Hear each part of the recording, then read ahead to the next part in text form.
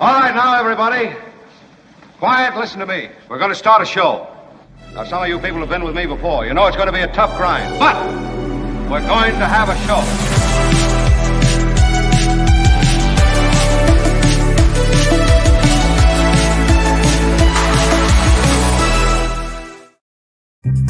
And a good morning to you. I wish everybody everywhere who joins us, even by accident. I mean, you may be here like on your way to something and you clicked the wrong thing. You just ended up here. I welcome you. Hang out for a minute or two. Good morning to the Mark, to Beth. Morning, y'all. Good morning from Lake County, says Douglas. Grady, what up, Grady? I like Lake County. It's going to be hot, hot. Boy, you're not kidding. It is really going to... You know who's coming by, although he's not really coming by for a weather forecast, is Spencer Christian. Can you get the I heard award-winning? Yeah. Yeah. I heard his podcast might be beating your podcast in some regards. Not a question of beating it, but thank you, Just Kim. saying. Gosh, I'll tell you, you really... Here How are comes you? Spencer Christian again. Boop, For a boop, person boop. who wants to receive the rod of equity and mercy, you really smack talk a lot, I got to say. Anyway, yeah, but Spencer is once again outpacing me in the awards department, so we'll share that. What up, San Jose? Hi, Sandy, and good morning, John. Anybody watch that CNN hit piece? I called it a hit piece on San Francisco, but it doesn't mean just because it's a hit piece that there isn't some truth to it. You know, it kind of lays bare a lot of the problems with San Francisco and the Bay Area, from housing to homelessness to drugs, mental illness, lax law enforcement when it comes to certain things. Law enforcement feeling, I think, restricted, tied, you know, in terms of what they can do. So if you saw it, here it is. Randy saw it. I watched the CNN show on SF. There was a lot of truth to it. Yeah, that's what I would expect. Studio City, California checking in. Peace. Whatever, Peace. Peace Rose, what up? Very cool. Didn't watch, says Joe. Yeah, I think that the story in San Francisco is a straightforward one in some ways, in looking at the open air drug dealing, the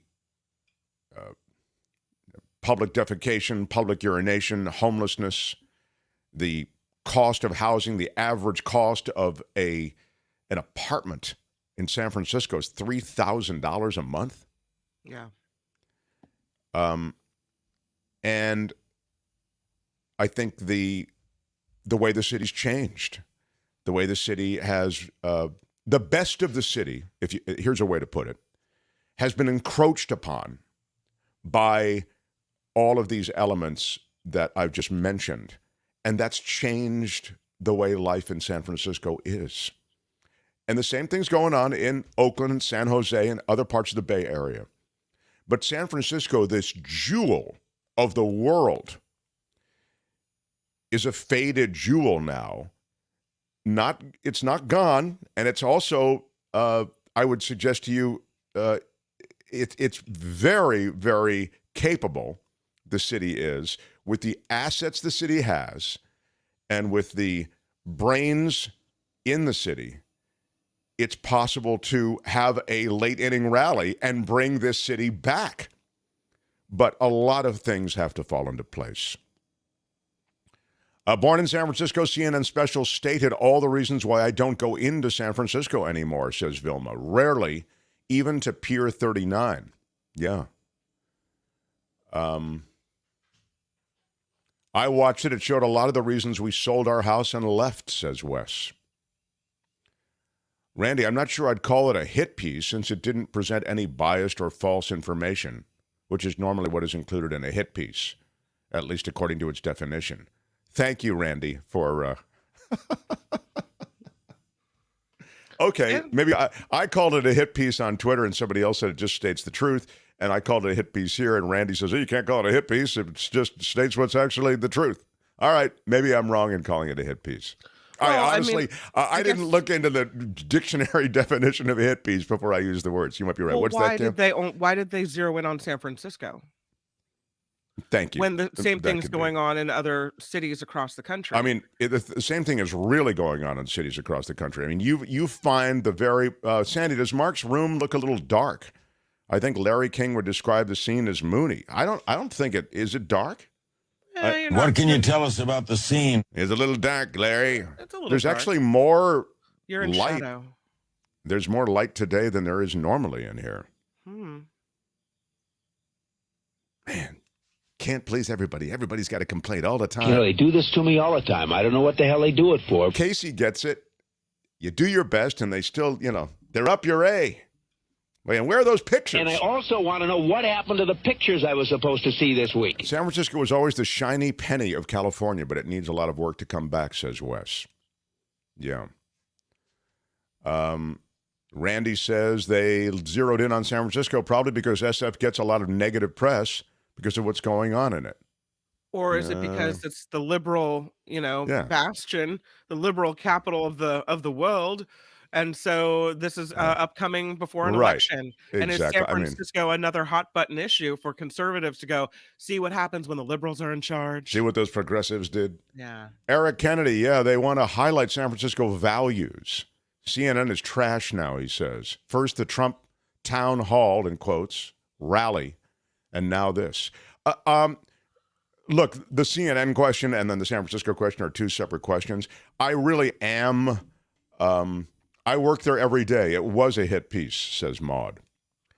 I think for the reasons that Kim has suggested and that are being suggested here in the chat as well, I would put it in the category of, sort of grilling San Francisco on the worst of San Francisco. And then, and this is the sad part, not broadening it to include these issues that also are afflicting other major cities. I mean, this situation with drug addiction and mental illness, street violence, this is a contagion that's way beyond San Francisco. Come on. I mean, major stories out of New York, out of Philadelphia, out of Florida. I mean, there's a bigger story to be told. I live in San Francisco, says, is it rain? Heartbreaking. So. Yeah. Used drug needles now in my area, never seen before. So many stores closed. Empty shelves at Walgreens. People shooting up 1 block away in daylight. Never seen before. My friends who live on Russian Hill, Katie says and I'll tell you about them. I'm a native San Franciscan. I'll never leave. However, that might be different if I had children, says Katie. I've heard that from friends of mine who live right in the city. They say, we think it's still a great city, but not for raising children.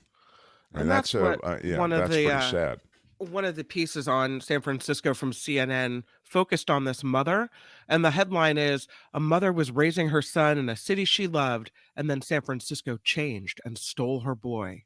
And it's all about him getting involved in drugs, hard drugs, first at a party, and then, she said she knew when they were walking down the street and people in the Tenderloin knew his name, but that she was naive and didn't realize the hard drugs like fentanyl were here in San Francisco. And she blames lax policies, and she blames homeless advocates too for kind of making the streets even more unsafe for kids growing up in San Francisco. Well, again, there is some truth to the fact that homeless advocates have allowed this homeless situation to grow in certain ways, and yet people who are homeless also need advocacy. So I do see that as well. I'll say something else about the fentanyl thing. Fentanyl is an epidemic across the country. I mean, fentanyl overdoses are not unique to California. So sadly, the very situation that is described by that woman and her, telling the story of her son, these issues relate to, that looks like it's during the COVID crisis when they were separating them like that. Mm-hmm. Yeah, outside of City Hall, they were separating the tents by 6 feet or whatever. There is that fentanyl situation exists across the country. But Joe says this, as someone else just said, 30% of homelessness in the USA is in California. So don't think the problem is the same in all other cities. Yes and no. When you say the same, what do you mean? In the same numbers, as bad? Okay. Yeah, California's got better weather. It's a better place to be homeless. California has programs as a result of some of that homeless advocacy, and that has made homelessness here perhaps easier. You know where I am on this. I feel, first of all, that all of us are, or many of us are, just a couple of personal emergencies away from living in our car. I really do. I think there's this sense that, those people, I think we're all more vulnerable than we think. But that said, I also, as you know, I'm very tough on law and order. I think our cities have to be safe. I think our cities have to be clean. And so I'm deeply troubled, and I have a much more aggressive view toward cleaning up these cities and cleaning up these open-air drug dens than necessarily is reflected, it would seem, by public policy in the city, in San Francisco. I do think there's been leniency, and it's been an issue. I mean, too much leniency. So it's a very difficult problem, though. And it's not just homelessness. It's drug addiction. It's violence. You understand? It's again, this lawlessness. So homeless, sadly, has become this umbrella term under which we put a lot of other stuff. And it's not fair to people who are just homeless and none of those other things. Go ahead, Kim. I was just going to say, and that's really what the mother in the story was saying. She said she went down to that linkage center in the Tenderloin, and people were just doing drugs there. And it turned out to be a place where people were just shooting up, and that's all it was. She said, "I'm liberal. My politics have stayed the same, but things have just gone crazy around me." Yeah, and it's scary. And here's an anecdote that's similar. Kelly writes, "When I drove Uber Lyft in San Francisco, tourists would constantly ask what the deal with the homeless was. A few homeless even would harass me and would try to get into my car while driving." Robert says, "I'm a native San Franciscan, socially liberal, love my city the way it was. I rarely go there now because of the human waste, drugs, crime, not to mention a corrupt and ineffective city government." I mean, I don't think that that's unfair, what Robert is saying, And look at Ron Owens. Ron lived in Pack Heights, which, if you don't know, San Francisco is where Dianne Feinstein lives, where the Gettys live. I mean, it's it's that place, okay? And Ron left San Francisco, said it's not the city it used to be. I mean, what the hell is going on in the United States of America? So I'm just saying that, even the diehards, as we've seen here, have turned on it.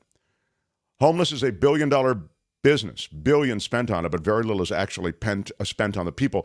And I've made that point here. There is a homeless industrial complex.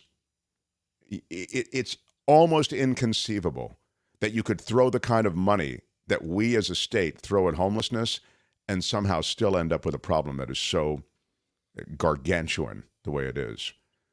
Tulsa, Oklahoma has a big crime and homeless problem, but you don't talk about it much. Yeah.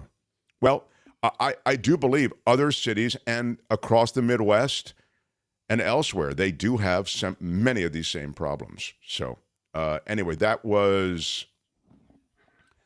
a bit of what happened last night with the CNN documentary on San Francisco. There was one on Seattle that they did a few years ago. It was on YouTube. But anyway, that was the latest on the CNN documentary. The Mark Thompson Show. There is something from last week I wanted to just tie up, and that is a loose end that related to the coronation.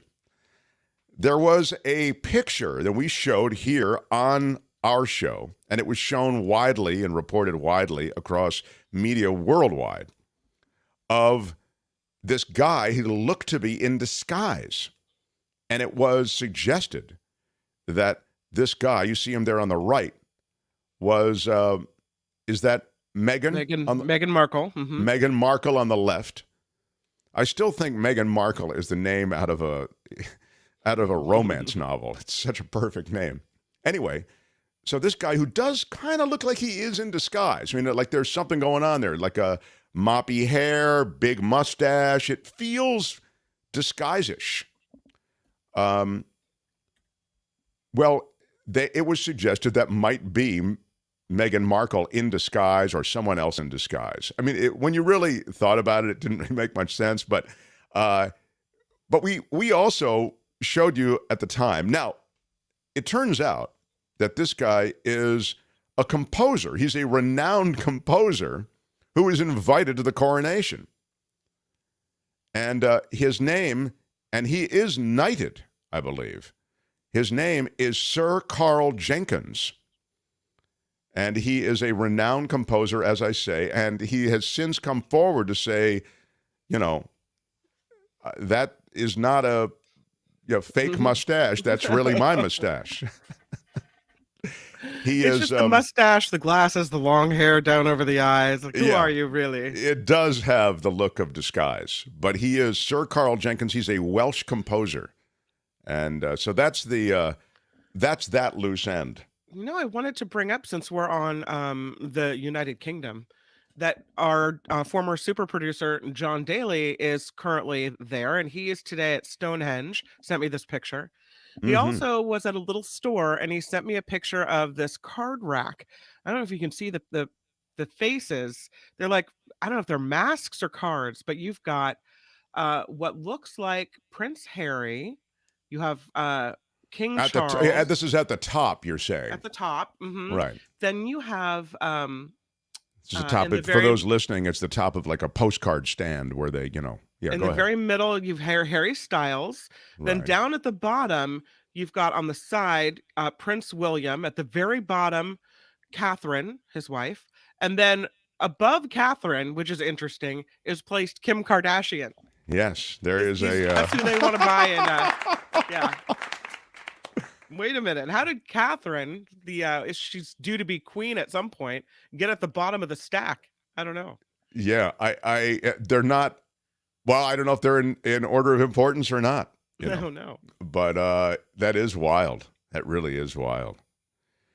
In other news, I do want to get into this big story out of Politico. I'll do it in the 11 o'clock hour. It's sort of what you can see, those of you who clicked on our YouTube channel today. It's about politics and religion and the changing face of religion in America as it relates to the political landscape. And it's a really compelling new set of statistics, and some of it's good news and some of it's bad news, depending on where you sit. So if you're a hard right-winger, first of all, welcome to the show, and try not to get too peed off. Or if you're a lefty, welcome to the show, and try not to get too peed off, because I do think that the new statistics have good news for both the hard right and also the left. But religion will inform a lot of the next election, particularly the presidential election. So I will speak to that in the 11 o'clock hour. Now to a couple of other loose ends. The Mark Thompson Show. There was news about this lion, just a terrible story. The oldest lion in the world dying after being speared to death in a Kenyan wildlife park. Wait. 19 years old. In a wildlife park? Aren't they supposed to be safe and protected there?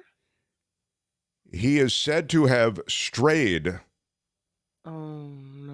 too close to a pen in the Amboseli National Park, and that forced herders to take action.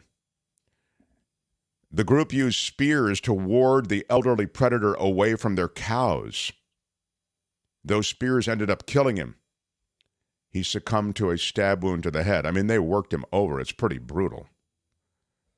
Lunkito is his name. He'd been admired by wildlife experts for many years due to his unusually old age and longevity. Maybe you can find their pictures there if you just click on that link in the rundown, Kim. His death has been mourned by conservationists, and he was dubbed the legendary Big Cat Warrior by Kenyan Wildlife Service. He defended his territory for over a decade. I'll remind you that, when any one of these creatures is killed, and when any one of any creature is killed by hunters or however it happens, it throws off a delicate balance. And there's a family connected to that animal. And so it was. The lion kingdom, I think, is ruled typically, the prides are ruled by the females of the species. But there's a delicate balance there between the role of the males and the females. Nonetheless, this 19-year-old Lunkito, the world's oldest lion, dead after being speared to death in this Kenyan wildlife park. So Merry Christmas, everybody. Yeah, there you go. It makes me sad. It is sad. It's all sad. The good news is the Oakland teachers wrapped up, right? They're not. They've wrapped up that strike. So that's one strike that has now looks ended. like it. Yeah. Yeah. They don't say what they got. They were asking for a pretty hefty raise. So I don't think the financials have been released yet, but it looks like they're going to have to vote on it. The kids are supposedly back at school today in the Oakland district, but we don't know how many teachers returned to the job. So What can you tell us about the scene? Yeah, the kids are back at school, Larry. We're not sure how many teachers are back. They did, if you're looking for some law and order, they did arrest several people in that Bay Bridge sideshow, and they recovered $20,000 in stolen merchandise when they arrested them. What? It was a 3-month-long investigation by the CHP. It was an illegal sideshow originally that led to the discovery of nearly $20,000 in stolen merchandise. CHP wrapped it up, and detectives served a search warrant, and they found stolen car parts, retail merchandise. One of the vehicles in question was a very distinctive green Camaro, they say. The illegal sideshow, it shut down the Bay Bridge back in February, okay? So they began this investigation then. They found a large group of vehicles blocking lanes when cops arrived. And the Camaro and other vehicles in question were participating in this sideshow. And responding officers were shielded from the event. As a result, you saw just the vehicles involved in the sideshow there. And as a result of that, they were able to track some of those vehicles, serve search warrants, and come up with all of the stolen merchandise. The green Camaro, and it's interesting, they want the flashy car, but it was spotted at another sideshow in March. And they impounded the vehicle for 30 days, officers did. And they determined the stolen parts were installed on that vehicle. That led them to the address, the car's owner, and when they searched that property, they located numerous other stolen vehicle components. So that I think is good news. Those sideshows are crazy. I've told you before, law enforcement is very, very challenged by how to stop them, But also, I'll cover this actually in the 11 o'clock hour. There were some notable passings over the weekend. So, The Mark Thompson Show. The godfather of poker has passed away, Doyle Brunson. He won 10 World Series of Poker tournaments. He wrote, probably in the early days, now there have been so many poker books written because of the explosion. I guess it was in 2005. But the poker explosion. But he wrote the definitive poker book. I read it. It was like a Bible to me. And His name is Doyle Brunson, 89 years old. He started playing seriously in Fort Worth, Texas. They called him Texas Dolly. That was his nickname. And he says, there he is. When he started, it was like the Old West, he says. Violence was rampant. It was kind of a hangout for the hoodlums and gangsters of Texas. It was very, very volatile. And he wrote Super System. This is the book I used. He wrote it in 1979, one of the first books to delve into poker strategy. It created a lasting impact on professional and casual players. The two important things you need to be a great poker player, this is a quote from him, are a good sense of recall and a good understanding of people. You have to have a sixth sense, he says, a kind of gut feeling that tells you what the other guy's holding. That's probably the thing that all the greats share. Doyle Brunson, 79 years old. Texas Dolly passes away this weekend. Gloria Molina also passing away. She's the Chicana, blazed paths across L.A. politics. The daughter of working-class parents. An unapologetic Chicana who transformed the political landscape of Los Angeles. Died Sunday night after a 3-year battle with cancer.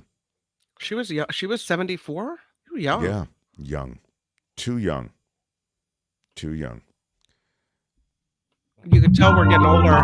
The Mark Thompson Show. Yeah, all of a sudden 74 doesn't seem so old. That's right. And just for respect reasons, I want to make sure we put a picture of her up as well. There she is, Gloria. Yeah. Yeah. What a change agent, you know. So, yeah. I come from regular stock. Yeah, Kim, I do come from regular stock, just like Clarence Thomas. So I was faced with a situation, if I can just tell this story briefly. Oh, uh-oh. Yeah. The Mark Thompson Show. I come from regular stock, everyone, just like Supreme Court Justice Clarence Thomas. I come from regular stock. And I normally am happy, for example, just in a Walmart parking lot. I don't need the big... I prefer the Walmart parking lots. Yeah, I don't need the... I can really see you in the Walmart parking lot. Like, I don't need a lavish setup, when I'm going from here to there. But, as you know, I was visiting my parents. And that's a long flight from California to Washington, D.C., where they are. Yeah, it is.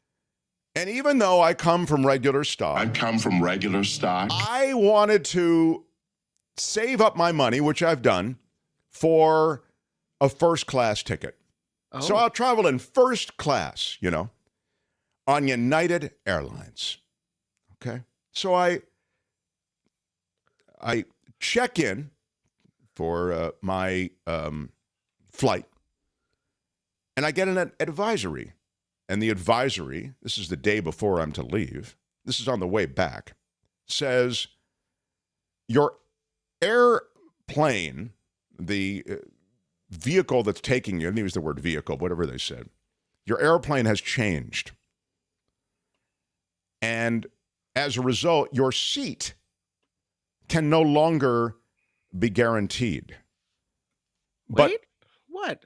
Yeah, exactly. They said, at the airport to see what your seat actually will be. I come from regular stock. So I come from regular stock, as you know. And so I didn't really worry too much about it. But let me just say, I'd saved up all my magic beans, spent them on this expensive first-class ticket so I could return from the East Coast to California. And I had the show to do. I try to be somewhat well-rested, and I had work to do. So I wanted that first-class seat, so I call United right away. And the United person says, well, it doesn't say here what your new seat is. You're going to have to take this up at the airport. And I said, well, I come from regular stock, I told her. I come from regular stock. But I do value that first-class seat, and I have paid for it. This isn't an upgrade. I actually paid for the seat. And She said, oh, I'm sure you'll get a first-class seat, sir, but you'll have to do it at the airport. So I go to the airport yesterday in Washington, D.C., Dulles Airport. And because the aircraft has changed, there aren't as many seats, and there aren't as many first-class seats. And this is clear because the ticket agent is besieged by people, all of whom are in the same situation. It's like the fall of Saigon. I mean, she can't, deal with all of these various demands from all of these people. And these are first-classers, okay? So they're used to kind of... a lot of first-class passengers up on there. They're kind of used to getting their way. Wow. Now, I, of course, am humble. I come from regular stock. I'm a regular stock kind of come-from person. So I just approach the platform, and I say, what is the situation? And she says, we will now start looking for volunteers to give up their spots in first class because there are not enough first-class seats. She said, would you be interested in taking a later flight, like tomorrow? Now, a couple of things are going on. First of all, we live, my parents' house, a long way from the airport. So to take a taxi or other car from the airport back to my parents' house would be over $100. It's like $110, $120. And then you have to take it back the next day. Yeah. So I said, well, what about the flight later today? She said, I've got a flight later today, but there are no first-class seats.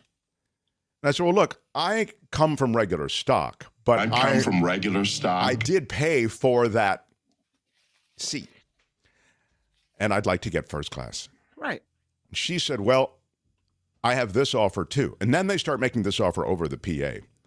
If you'll give up your seat, we'll give you $2,000 in travel credit. They started at $1,500, then they went to $2,000. And $1,500 didn't have my interest. At $2,000, I'm thinking, pretty close to what I might.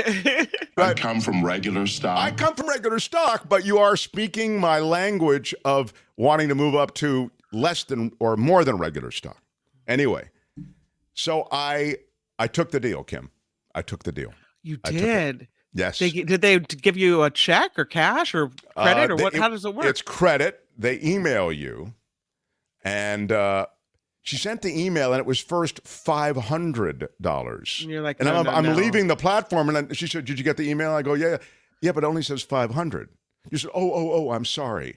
Like, yeah, okay. My bad. So, I'm sorry. My bad. I'm sorry. Now, by the way, I do believe. Sorry, lady. I want my $2,000. My bad. I'm sorry. So look, I traveled back in row 43, and I want to say this about. I come from regular stock. I didn't have a problem with it, actually. I thought it was going to be much worse than it was. Here's the problem with being on an aisle seat in row 43. You know exactly how many people are on board because they're all slamming into your shoulder one at a time. It's insane. And I was trying to, but everybody's A, so big, and B, to be fair, you have to be a circus performer just to walk up and down the aisle. They're so thin. It's crazy. I mean, you have to, really, you have to be like balletic in the way you walk from your seat to the bathroom. So of course people are being hit. So aside from that, I'd say it was okay. And there's no champagne back on aisle 42 aisle. No vegan meal for me, the way I would have had in first class. By the way, it's no picnic, no summer camp. This is no picnic, no summer camp. That's Stories from the Sky for today. This has been Stories from the Sky. The captain has turned off the seatbelt sign, and you are now free to move about the cabin. Smash the like button if you're from regular stock. I come from regular stock. Yeah, Kim, I've got Courtney on deck with the Mark's Murder Mystery Monday. Oh, you want to get right to her, or do you want to use her? Well, I don't think I want to get right to it. I think I want to get right to it if it is you. Mm-hmm. And then I want to get to Courtney. Courtney can wait. Kim, how are you? And then Courtney will be here in all of her splendor. I hate to keep Courtney waiting because she has a real job. Not like this isn't, but I'm just saying, Well, no, she Courtney, you're okay with Kim's news, right? Yeah. Okay, I don't want to keep her from her business. No. Courtney comes from regular stock. I come from regular stock. So it's not a problem. All right. Smash the like button like a boss. Will you? Come on. Who are you people? Throw me a like. Mark Thompson Show. The Mark Thompson Show.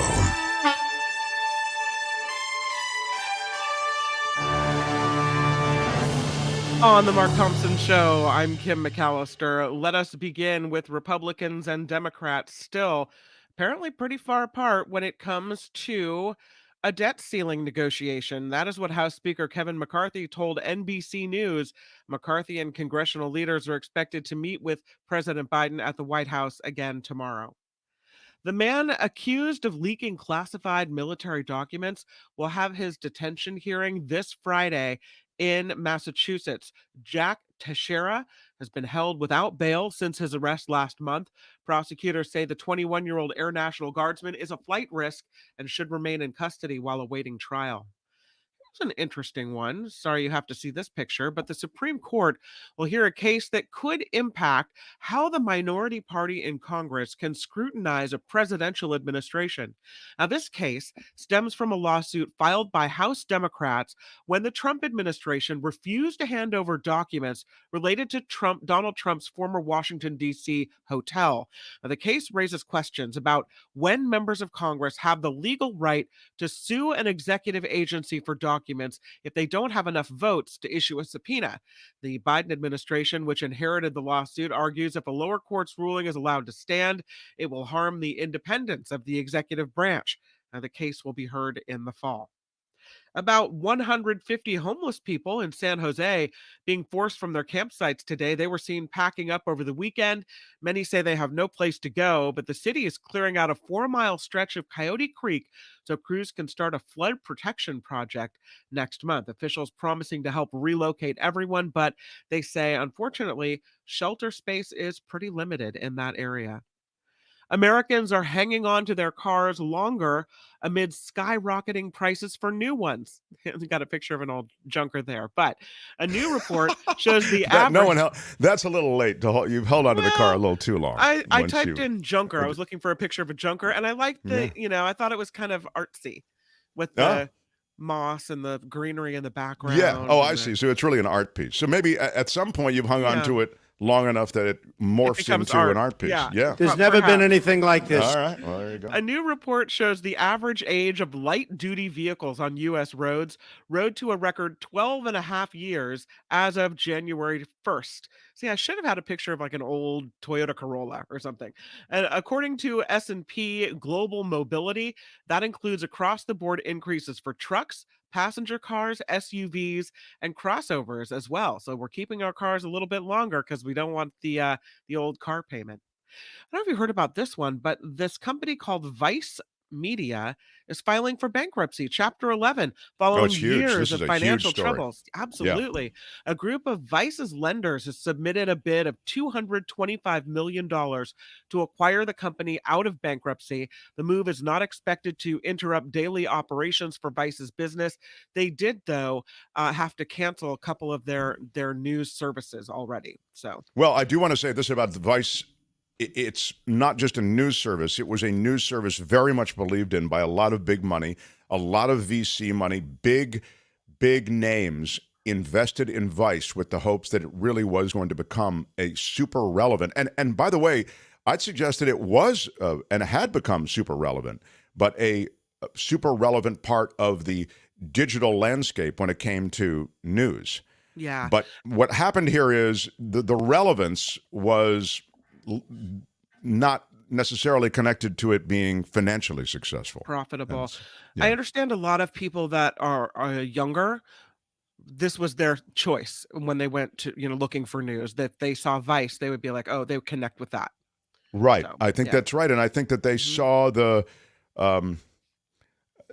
potential in, as digital media rose, making Vice the go-to spot. I mean, it really represents a significant fall of a big digital media organization. It's kind of like one of those giant redwoods falling if you want to think about that. Yeah. In the digital news landscape. Anyway, big news. Yeah. Lastly, Palisades Tahoe is the last one standing. The Olympic Valley Ski Resort says they are the only Tahoe area resort still operating. They plan to have parts of the Alpine area open until the 4th of July. Wow. Riding will continue 7 days a week through May and then switch to the Alpine side Fridays through Sundays in June. There's never been anything like this. Wow. This year's massive winter storms dumped over 700 inches of snow on the Sierra slopes. So, Oh my God. Yeah, it's enough to, I think Tahoe is one of the most beautiful places on earth all times of the year. But this year might really be special. You've still got snow as it gets warm, and the lake is now clearer than it's been in decades because of all the snow melt. Wow, what a great time to be around Lake Tahoe. I mean, I don't know how the skiing will be on the 4th of July. By then, maybe the snow will be all slushy and used up. But What can you tell us about the scene? Yeah, that's you slushy and imagine- used up, Larry. That's the can scene. you imagine skiing, though, down the slopes and seeing the fireworks over the lake? That's got to be a sight. Oh, It's beautiful. there you go. Well, you've got a whole narrative. I like that. The Mark Thompson Show is, of course, crowdfunded. That means we have to rely on you.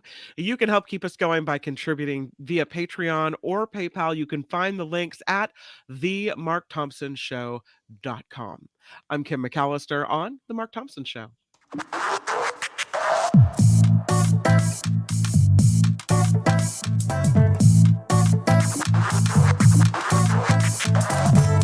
Good day, sir.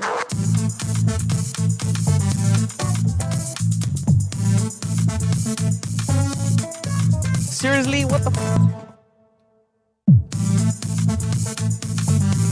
Google it.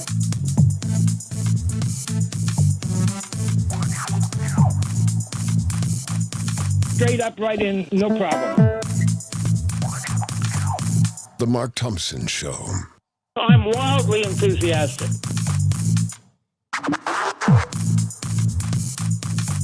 Your Honor, I'd like to ask for a recess.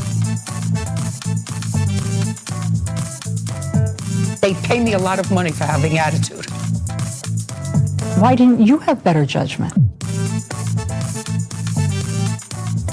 What the hell is going on in the United States of America?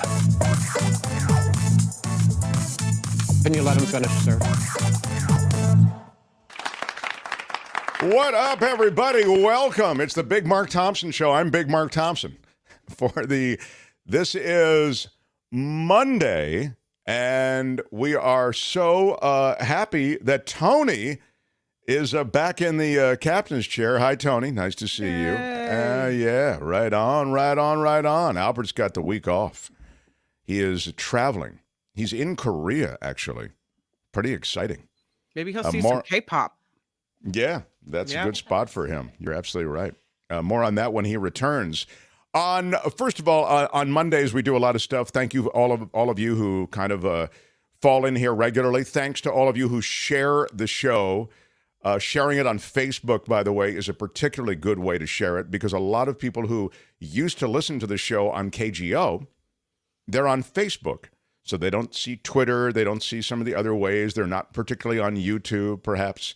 So if you share the link to the show on Facebook, that helps us. So thank you for that.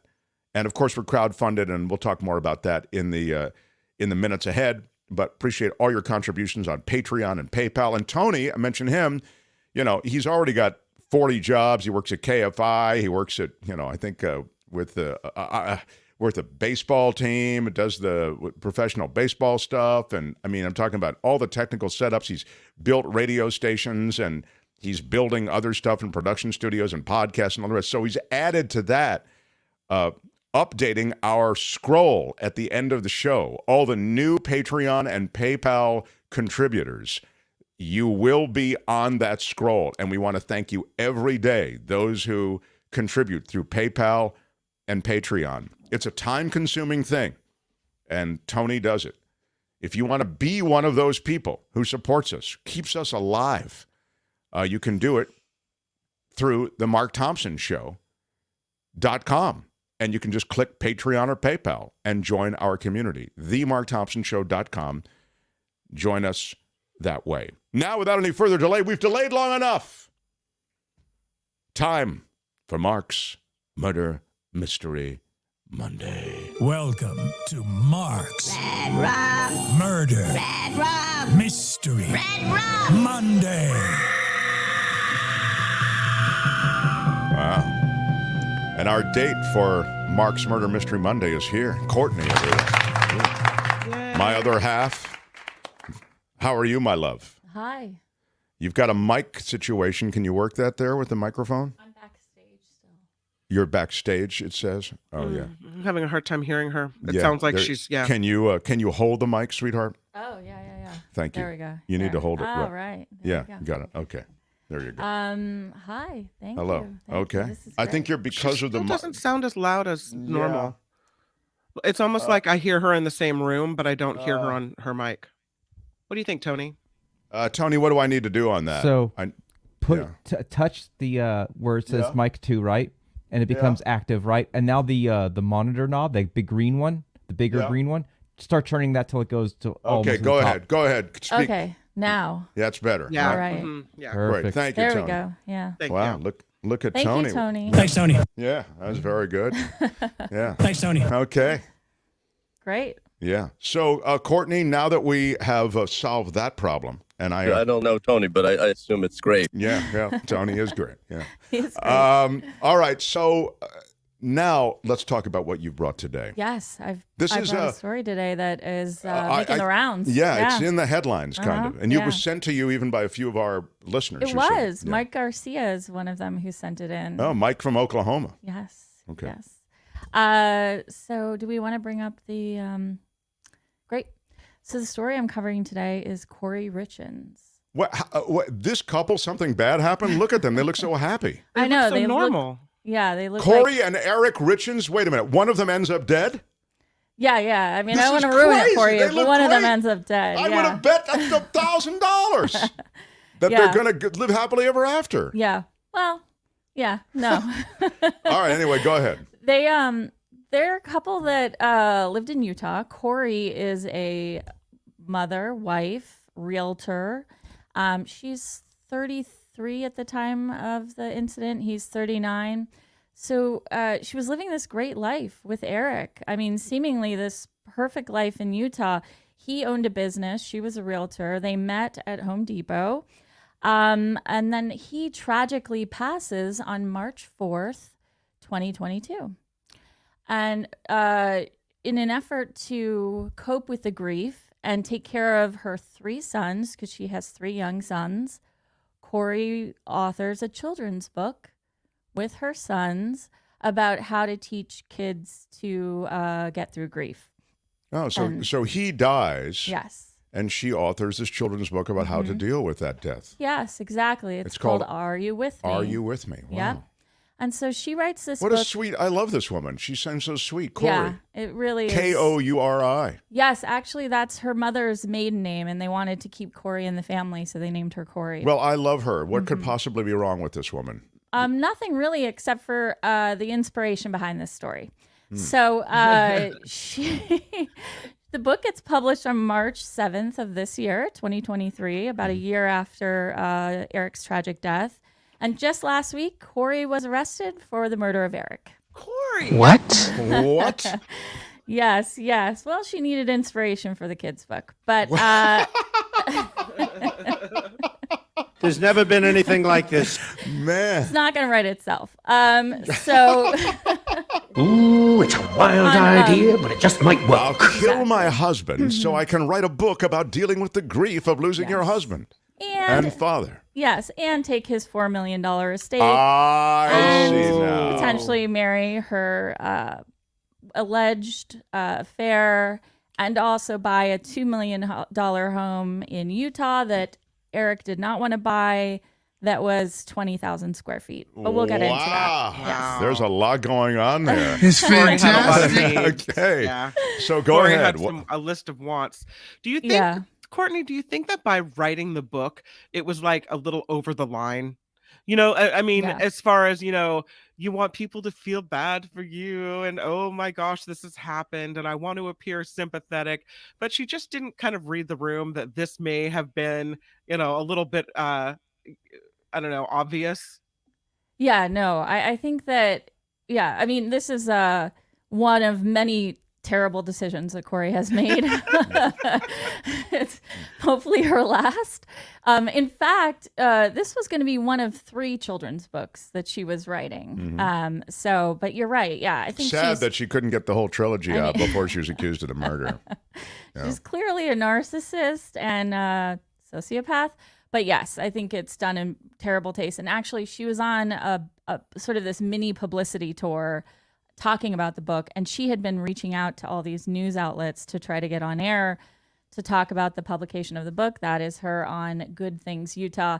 It's interesting, the women that interviewed her during this didn't make any comment about the fact that she wasn't sad at all. She showed no emotion, just that her clothing was perhaps in poor taste.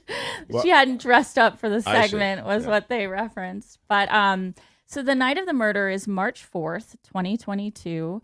And they are celebrating a deal that Corey had closed. Remember, Corey's a realtor. And so they're celebrating at home, and Corey makes a Moscow Mule, as one does, and takes it into the bedroom where they're celebrating. And she brings him she brings Eric this Moscow Mule and a THC gummy. And so they start to celebrate together. And then allegedly one of the young boys comes into the bedroom. He's very scared. Corey goes in to spend some time with the young son, and when she returns to the bedroom at about 3 a.m., Eric is unresponsive. She claims that she tried to give him CPR at that time, but it's very apparent to the EMT when they arrive at about 3 a.m. that she has not. Wow. So Eric dies of a fentanyl overdose, but not a little. She really overextended that. She overdosed the overdose? Yeah. He dies of 5 times the lethal dose of fentanyl. Wow. Yeah. Wow. And in fact, there's never been anything like this. Wow. This is just one of 3 attempts at his life that Corey has made since 2020. Oh, she tried to poison him before. Yes, she's tried to poison him before. Once on a trip to Greece. Once with a sandwich that she made for him on Valentine's Day, which was in February 2022. Wow. And then she likes poisoning him on the holidays. Yeah. Yeah. And then she kills him March 4th, 2022. They do this to me all the time. Yeah. I don't know what the hell they do it for. She really was doing it to him all the time. But Third time's the charm, Corey. Yeah. In truth, to be fair to her, Courtney, if I could just speak for Corey. Oh, good. Yeah, of course. He didn't succumb the last 2 times that she tried. So she had to step up the fentanyl. Yeah, yeah. When she wrote to her drug dealer, who she was also buying other prescription pills from, she said, I want the Michael Jackson stuff. Is that what she said, literally? That's literally what she said. Wow. And so she bought $900 worth of fentanyl and then decided that wasn't enough, and so bought another $900. So it was like 60 pills of fentanyl that she ultimately bought from this guy. And they actually, once they had a warrant for her electronics, her devices and her computer and whatnot, that's when they found all the text messages that had been happening between her and the drug Corey dealer. and the drug dealer. Eric asked a question. You'd think after the first time he'd be out of there, or at least be mixing his own drinks.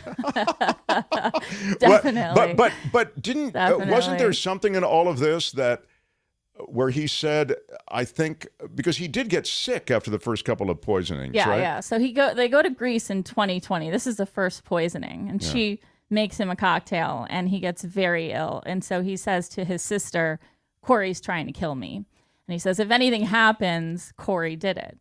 And at the time, he had a life insurance policy that went to his co-founder of a masonry company that he had built. So any of the life insurance money was going to his business partner and not Corey.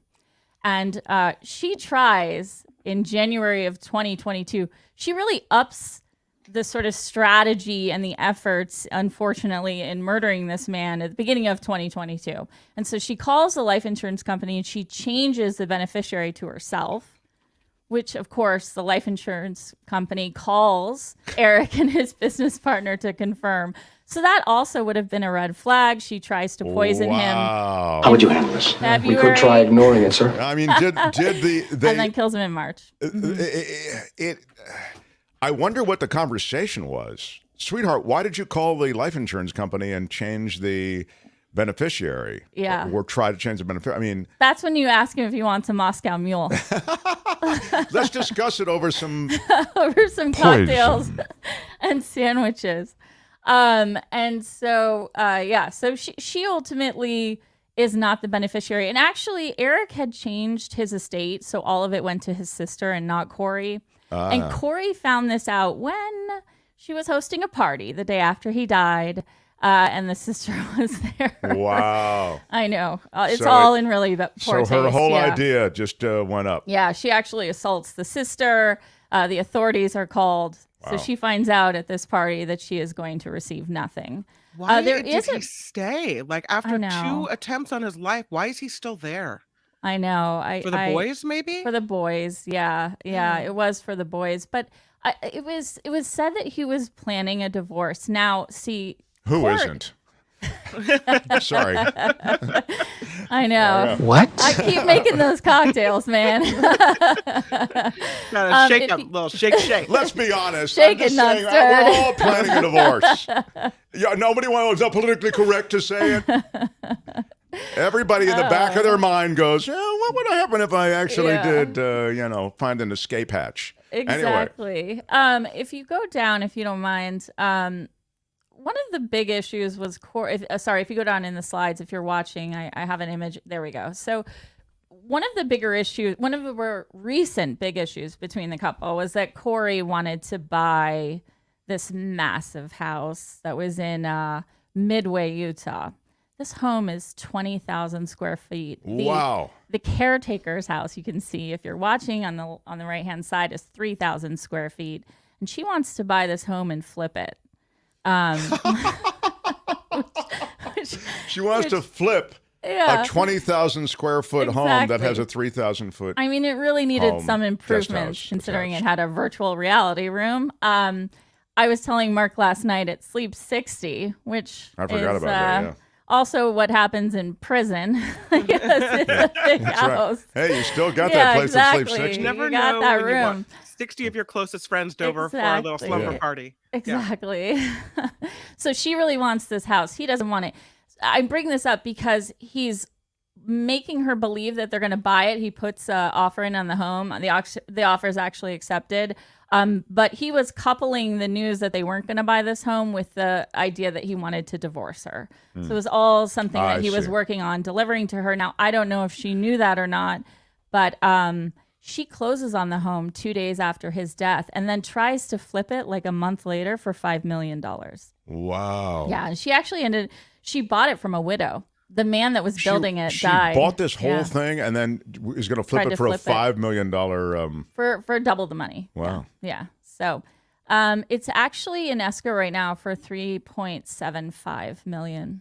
So SF Tesla says you could sell that to cult followers. It is true. Or founders, I guess he says. But That's I true. think that it's actually very cult friendly. No, it's got a lot of things to do. It's got a bowling alley, a theater, virtual reality room. I might take everything a cult could want, money, really.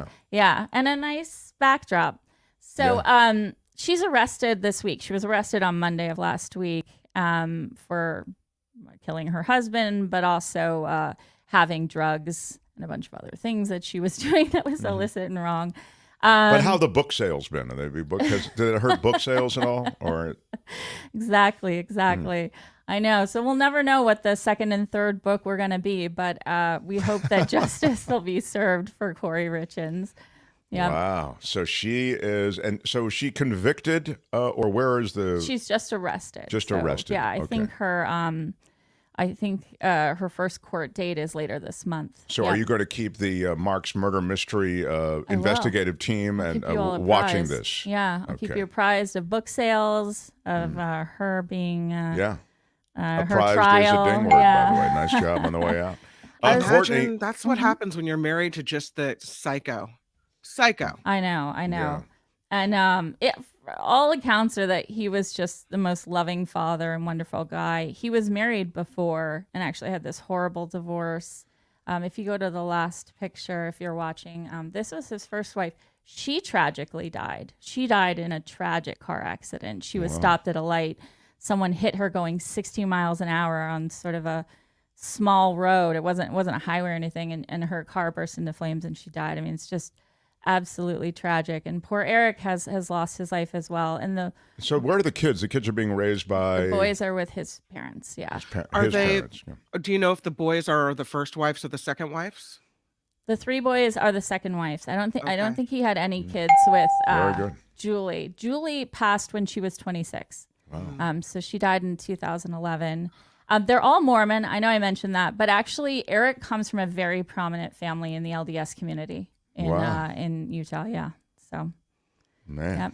That's this is a word from the Lord, and he's not happy. I'll bet he's probably not. I don't think that anywhere in that Mormon scripture is that allowed. I'm surprised he was drinking. I feel like you can't even have caffeine. No, you're right. You're not allowed to by scripture. You're not allowed to curse. You're not allowed to let alone drink. a gummy. The THC gummy, yeah. THC gummy. I know. They're probably not specified in the scripture, but I think it's implied. Maybe if you're in bed, that's okay. Yeah, right. He was partying in his room. There's always a way to interpret it. Yeah, There's always a way to interpret it. Yes. Eric came from regular stock, says Jim. Yeah, exactly. I come from regular stock. Yeah, that's right. Exactly. Anyway, wow, what a... It's a really crazy story, and it's happening right now, literally. Yeah, so you'll watch it for us. Yeah. Courtney, well told. Thank you. What a story. Thank you for having me. Yeah, love it. Yeah. How about it for Courtney, everybody? Thank you. Yeah. Thank you, Tim. Thank you, Tony. Murder Mystery Marks. Murder Mystery Monday on the Mark Thompson Show. Oh, my gosh. Gotta watch your cocktails tonight, buddy. That was eerie, kid. That was eerie. I always make my own drinks in my house. Yeah. I don't trust it. It used to be you just worry that people put their fingers on your martini olives when they put them in there. Now you got to worry that people dip those martini olives in fentanyl. What's wrong with fingers on your martini olives? You want it speared with a toothpick? Yeah, exactly. That's exactly what I want. Or I want it picked up with tongs. I don't want people's hands after they've handled. If you're at a bar, after the bartender handles money, doing all that stuff, and then the bartender puts fingers on your martini olives, don't you think that that's not cool? I don't think. Yeah, that's I don't want the bartender's fingers on my martini olives. Courtney's, I mean. No, I don't know where Courtney's hands have been either. Like, God knows she's, she's, doing this, doing that, handling this, handling that. I want nobody's hands on my martini olives. I don't want my hands on. I don't even put my fingers in there. I maybe I'm a germphobe.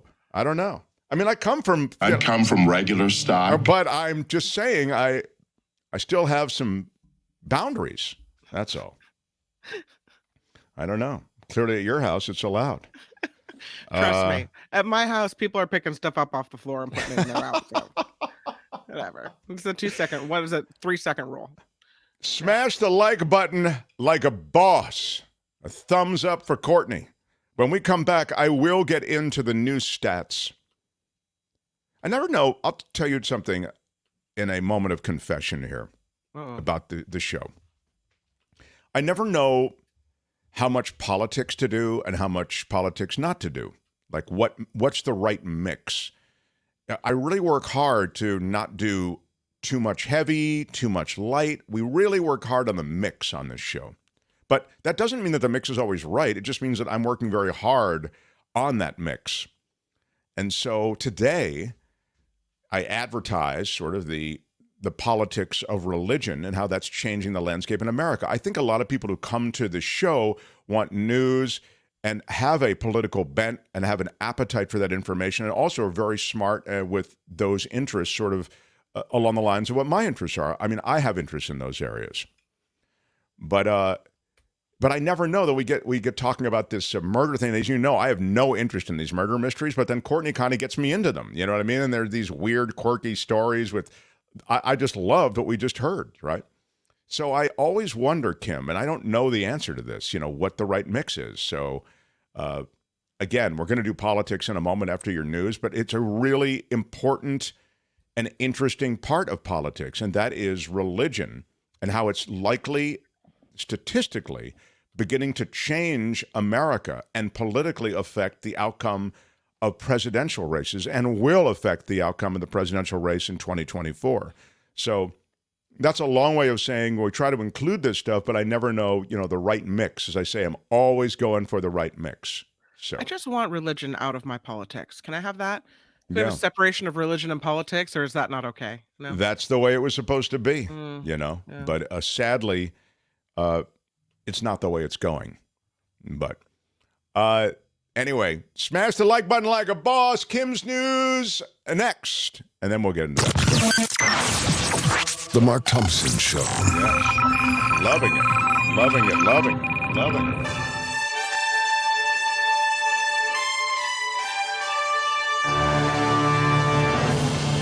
On the Mark Thompson Show, I'm Kim McAllister, and this report is sponsored by Tenuta Vineyards. That's Tenuta, Tenuta Vineyards in Livermore.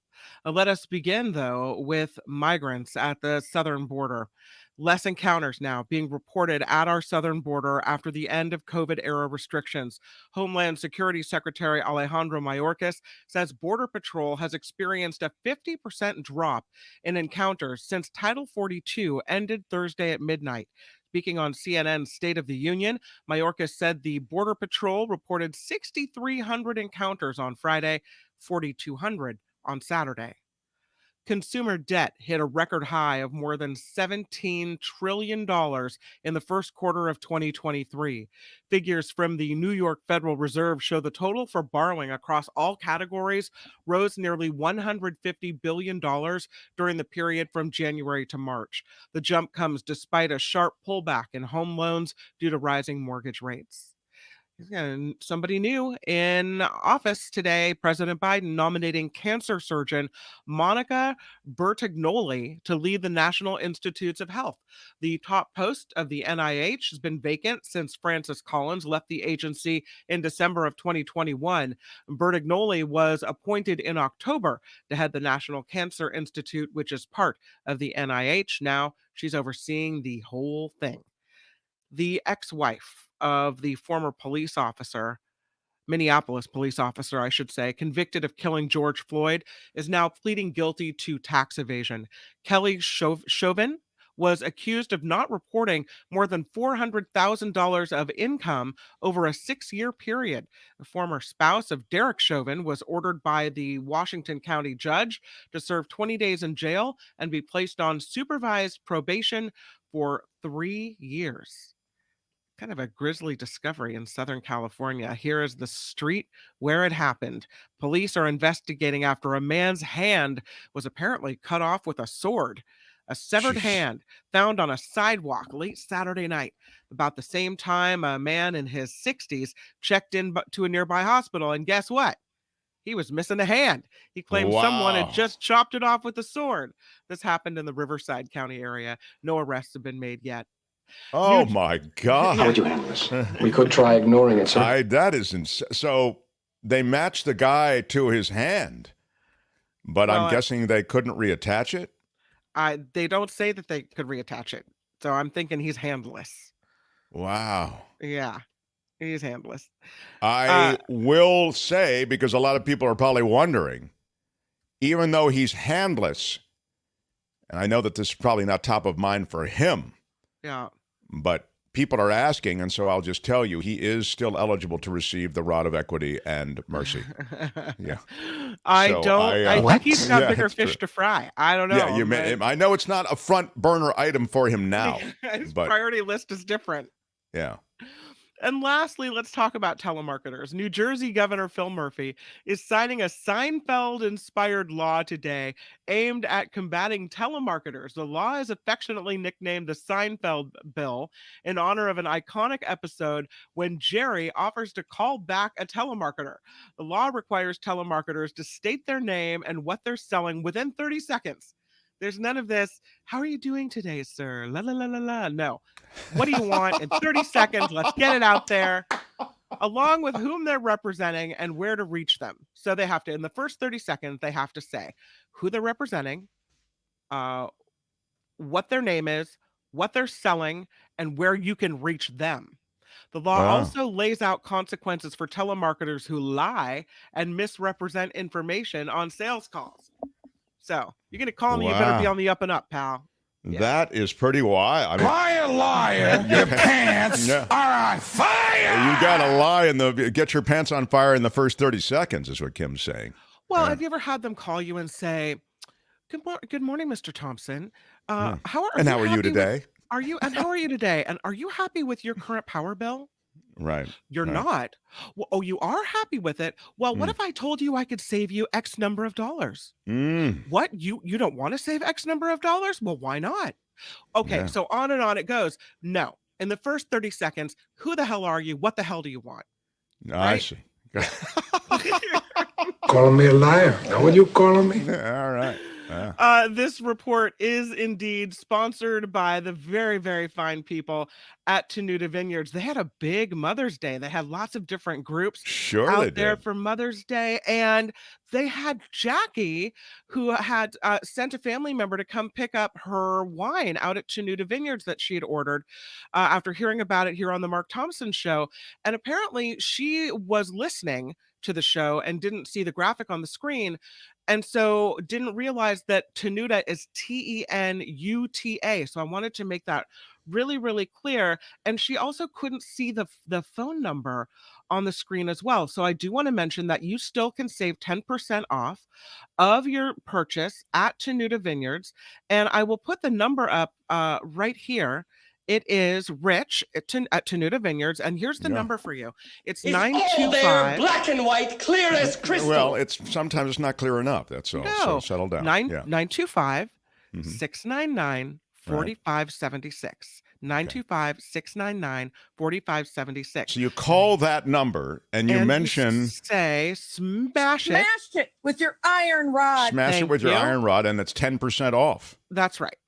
And it's worth it because the wine is super good, especially the Why Are You Yelling Red, which is my favorite. Why are you yelling? Yeah. But we also have the white, which is the hey, which one of you is Mark Thompson? Hey, which one of you is Mark Thompson? Right. Thank you. Got it right because I'm reading it from the bottle.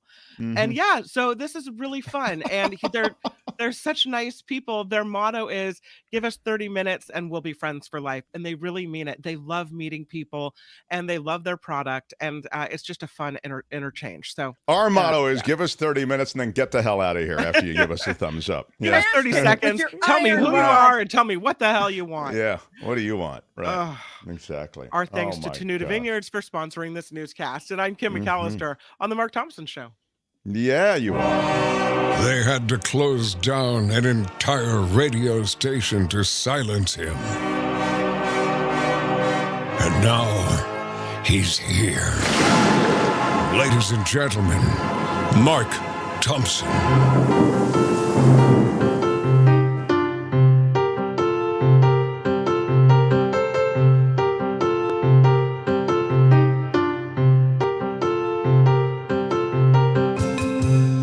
Mark Thompson Show.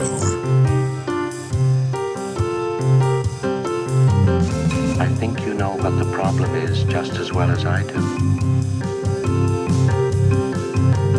Who's Mark Thompson? Everything is going extremely well.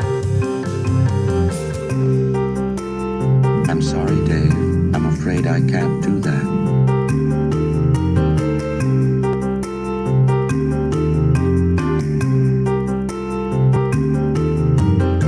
Apologize to every preacher and pastor.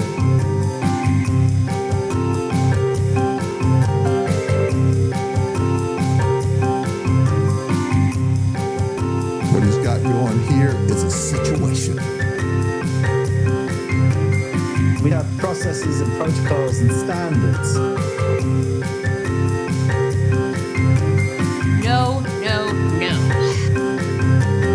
60% of the time, it works every time.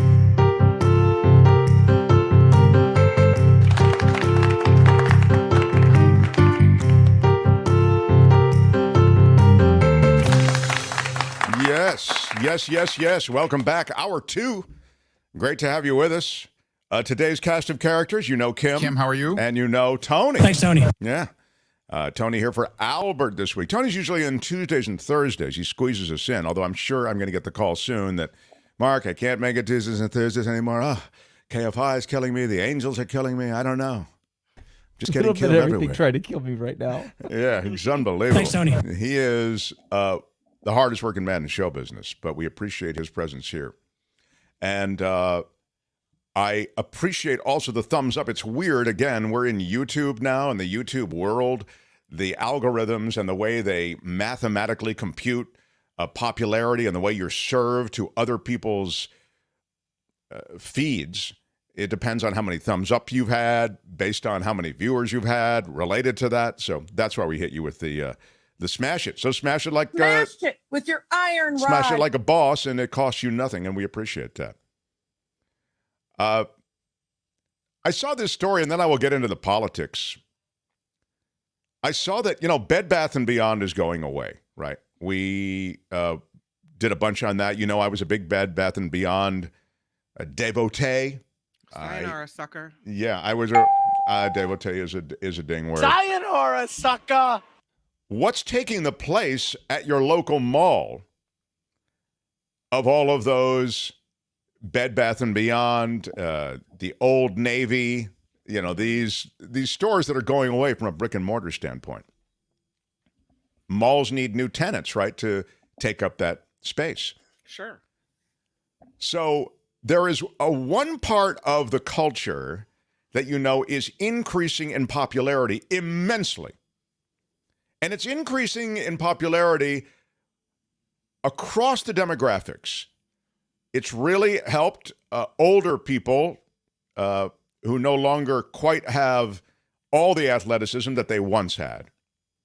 And it also has picked up popularity among younger people who just think it's a really cool thing. And the situation in malls is that Bed Bath & Beyond, Old Navy, and more are going to be taken up increasingly by pickleball courts. Oh. There are so many pickleball players and so much demand for these pickleball courts that increasingly that's where they're going to find tenants. Are you a pickleballer? I'm not. I was a big tennis player, love tennis. Are there similarities? Oh, yeah. I mean, it's got elements of tennis, badminton, ping pong. It's really a good sport. I just haven't done it. Yeah. It skyrocketed in popularity during the pandemic. And the number of people playing pickleball grew by 159% over the 3 years of the pandemic. Cool. 8.9 million play. And they've been opening at recreation centers, these courts. They've also opened them at the hotels now that used to have tennis courts. Retirement communities have them. But it's really a problem for public parks and recreation departments. They have to balance all these different interests. You have limited space, limited funds in public parks, right? And, you have a basketball court up, tennis court. The demands of the community from a leisure standpoint and a recreational standpoint have to be balanced against the money you have and what you've got in terms of space. So retirement communities are facing these same issues, and so are country clubs, and, the tennis players are still, I'm told, not so happy with the pop sound of pickleball. And the tennis player lobby, if you will, has blocked the development of a lot of these pickleball courts in many places. So pickleball, as a result, I'm talking about, when I say many places, I'm talking about recreational areas that are publicly funded. So pickleball is headed to malls where players can play and then grab a bite to eat, do some shopping. Landlords like the pickleball players, right? So pickleball, and by the way, there's a Camp Pickleball. It's a chain that pairs pickleball with food and drink options. It's a camp culture setting, kind of a 1940s setting, apparently. The first one of those is going to open in Huntsville, Alabama. Then they're going to expand to Atlanta, Dallas, and Minneapolis next year. But pickleball may be coming to a mall near you. So watch for it. Ask for it by name. The Mark Thompson Show. I don't play it, but I think I may have to get into it. I do watch a lot of it on YouTube. Yeah. You watch pickleball on YouTube? I do. I watch pickleball on YouTube, and I watch ping pong on YouTube, and I even watch some badminton on YouTube. I love racket sports. I was just raised, with racket sports. My father played tennis, I think, until he was 86. Now he's going to be 93 in July, but had to give up the racket. I felt kind of bad over the weekend for sending you a video of my kid at the school at the community theater play. But now that I realize that all you're really doing is watching ping pong on YouTube, I feel like maybe not so bad for taking up your time. No, I don't feel bad about it. How are you? I couldn't open it was the problem, so I never saw it. But it was I liked it. I liked it. No. No, I had no problem with it. But I couldn't. I tried to open it multiple times, and I just couldn't. I couldn't open it. There. So yeah. But I'll go. Thanks for reminding me. I'll go back. Tony, did you have something? Oh, I was going to say I saw recently pickleball. They did like a celebrity pickleball match where they had McEnroe versus Agassi, recently, like a month or so ago. That's right. I saw parts of that. It was good. And McEnroe even said off camera. He said. I'm not even into it. He said, but it's really popular and people come out to see it. So but then both of them became their tennis selves again and got really competitive. So yeah. Ping pong on YouTube, you're easily entertained. Yeah. Well, you know what, Katie? I'll tell you what I'm going to do tomorrow. Just because you say this, Katie. This will be a date, you and me. I want you to come back tomorrow. And tomorrow, I'm going to show you. I got to do this in the 10 o'clock hour, so I'm going to tell you when I'm going to do it. In the 10 o'clock hour, Pacific time, I will show you a ping pong point. And after I show you a ping pong point, you are going to say to me, okay, show me another one. I want to see another one. I'm telling you, the ping pong highlights are sick good, and you don't even need to look for them. I will bring them to you tomorrow. Tony, maybe if I get into trouble, you can help me. You'll make sure that we see them. I've got all the links. Maybe you're right, but right now I think you're kind of weird. Like right at this moment, I'm thinking you're a little weird. But okay. All right. Kim, how are you? All right. Well, anyway, that's the latest on watch for a pickleball court near you. And The Mark Thompson Show. Tomorrow, ping pong. One of the most significant shifts in American politics and religion just took place over the past decade. It barely got any notice. This from Politico. The share of Americans who associate with religion dropped by 11 points. It's a development of tremendous impact, one that will ripple across the political landscape at every level, they suggest, and especially in presidential politics. Because there is a tremendous fervor to fight for Christianity on the part of the Christian right, as you are well aware. And that Christian right is embodied in the Republican Party, in state houses, and in a voting public across America. Democrats, by contrast, have become increasingly secular over time. And so this is the latest piece in Politico, and it, I thought, is really enlightening. People are not fleeing organized religion at equal rates across the United States. There are regions of the country where religious adherence is a ding word, is still relatively robust, while other areas have seen a wholesale abandoning of organized religion. Where does this information come from? It comes from an organization called the Association of Statisticians of American Religious Bodies. What? The Association of Statisticians of American Religious Bodies. Every 10 years, they contact as many religious denominations as they can and ask to see their official membership records. This data gives you an unprecedented look at where religion is growing and where it's declining in America. So the 2020 U.S. Religion Census, which was released late last year, suggest that religion is taking a beating across the middle part of the country.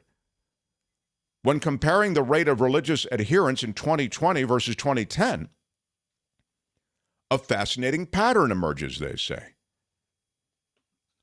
Democrats are making gains in areas where religion is fading. And the census defines non-religious as the percentage of a county's population that does not show up on the rolls of any religious organization in that county. Okay. And they are then, wanted to see I'm trying to get these stats for you. Republicans are increasing their vote share in places where houses of worship are gaining new members. Okay. So looking at the different counties across the U.S., they look at Democrats, Republicans, they look at adherence to various religious denominations. When people think about where religion is declining, it's likely they point to regions like the Pacific Northwest or New England, but the drops in adherence in those parts of the country are fairly modest compared to other regions of the United States. Across the industrial Midwest, in former Rust Belt states like Wisconsin, Michigan, Pennsylvania. Those places are absolutely essential to the Democrats' firewall in 2024, all those places, right? And there's good news for Democrats. Each of those states is much less religious today than it was just 10 years ago. Michigan's 83 counties, 65 experienced a drop in religious adherence between 2010 and 2020. Did they say why people are leaving organized religion? This isn't concerned with why. This is concerned with the politics of it. Right. Mm-hmm. So, I wonder if it was, abortion issues or politics that maybe played a role on people leaving religion, which is interesting because then you have, both sides of affecting each other that way. Sure. It's interesting in the populous Oakland County area. This is a place Michigan, right? Is right in the northern suburbs of Detroit. The share of people affiliated with a religious congregation dropped 2% in the prior decade. That drop in share coincided with a rise in Democratic fortunes. Democrats did better. Joe Biden won the county by 108,000 votes, more than double Obama's margin. Oakland County points to a future where Democrats have an easier pathway to victory as churches, synagogues, and mosques continue to empty out. Another example is suburban Philadelphia. Philadelphia's Bucks County, fourth most populous county. It's often seen as a bellwether for national political trends. In 2012, Obama took Bucks County by the slimmest of margins, just 1 percentage point. In 2020, Biden won by 5 points. The share of the county aligned with a religious congregation dropping by nearly 18 percentage points between 2010 and 2020. Now, look, that's not to say that Republicans don't have reasons for hope in the religious census. In fact, there are 67 counties in Florida, and religious adherence grew in 49 of those places, counties in Florida. Florida is a critical state, as you know, for presidential elections and beyond. One of the true shocks of election night was just how poorly Biden did in Miami-Dade. Clinton won Miami-Dade in a landslide in 2016. Just 4 years after Clinton beat Trump by nearly 30 percentage points, Biden ran only 7 points better than Trump. This is in Florida we're talking about, in Miami-Dade, okay? And here you go. The religion census offers an insight into why that happened. In 2010, about 40% of residents of Miami-Dade were connected to a religious group. In 2020, that was 52%. So this political piece goes on, but it's I think it's just fascinating the way that many counties close to the border with Mexico saw big religious gains. Mexico is a deeply religious country, and those places close to Mexico, the southern border states, those areas also see religious gain. So as this religion census gives you some idea of where people are more religious, less religious, part of an organized faith, not part of an organized faith. There seems to be a matching gain or loss on the part of those political parties that are, in the Democrats' case, more secular, and the Republicans' case, more deeply religious. Now, there's a whole flavor of deeply religious that changes from one part of the Republican Party to another part of the Republican Party, right? You can be alt-right, deeply Bible word of God Christian. That's sort of like along the lines of Mike Pence. And you can be also just defending religious liberty, and it can be more your the way religiosity informs your view of the world and public policy. That might be sort of a looser interpretation. I suspect that might be a Liz Cheney if you need a face on it.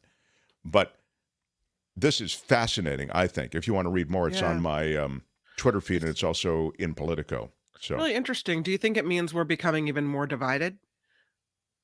Everything means we're becoming the red more states divided. Becoming even redder, and that we're kind of the purple in the middle is changing. Well, we can talk about this another day, but oh, I'm sorry. Are my questions bothering you? I'm sorry. Are my questions bothering you? I'm sorry, Dave. I'm afraid I can't do that. I'm afraid I can't answer your question today. I think you know what the problem is as well as I do. You cannot say you love your country. Well, what I would say about the country is this: when you look to your question at places that are thought to be going purplish, I'll give you an example: Texas. Yeah. They're not going purplish. They're going red, okay? Religious doctrine is informing a lot of public policy there, and the state, with a tremendous influx of immigrants, is actually more religious than it was 10 years ago. And it is spilling over. So when you talk about the changing face of America, and I think that's a fair point to make, that America is changing, and this is sort of what the Politico piece was saying, some parts of the country are becoming less religious. Some of us are becoming less religious, maybe, more spiritual, but less in an organized faith kind of way.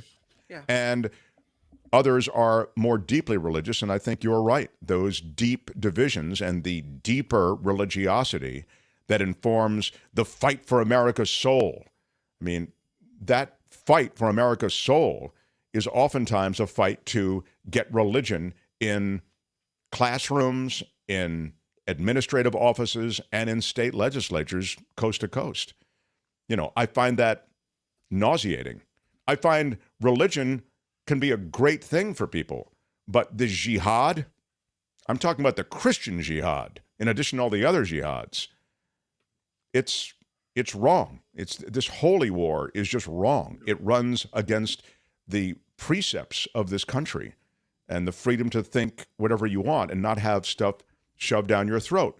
But there's definitely a deepening of those divisions. So I think you make a good point. I think that, you can, a lot of those divisions can be, the political compass points toward religion, for sure. So, Kim's news next. And then I have a question for you. Yes, we're going to enter the tank with a question. Everybody can play, including Tony. You don't need to know anything. It's just what you think. And it's related to, I don't want people to Google, so I'm not going to say what it is. But it's very accessible to all. So we'll play that next. Smash the like button. With your iron rod. Smash the like button with your iron rod. Mark Thompson Show. The Mark Thompson Show.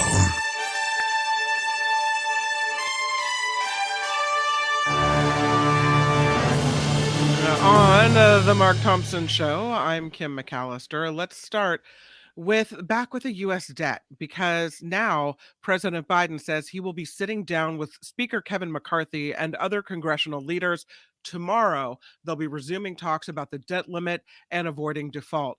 Again, the U.S. could be unable to pay its bills and default on its debt as soon as June 1st if Congress does not act. Attorney General Merrick Garland is honoring fallen police officers as National Police Week kicks off today.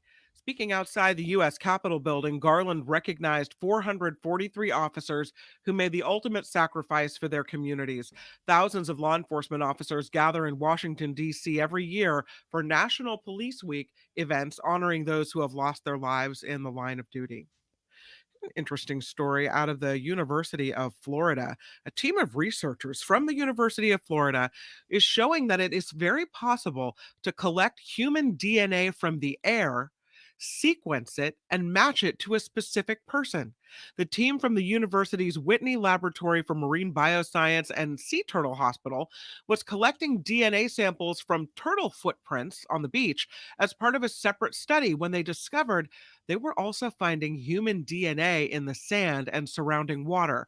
They decided to study it further. They collected DNA samples from several volunteers. The team was able to sequence the DNA and match it with the samples that they previously obtained from recovered human DNA samples. So they can check your footprint on the sand, or they can get your DNA out of the air and match it to a person.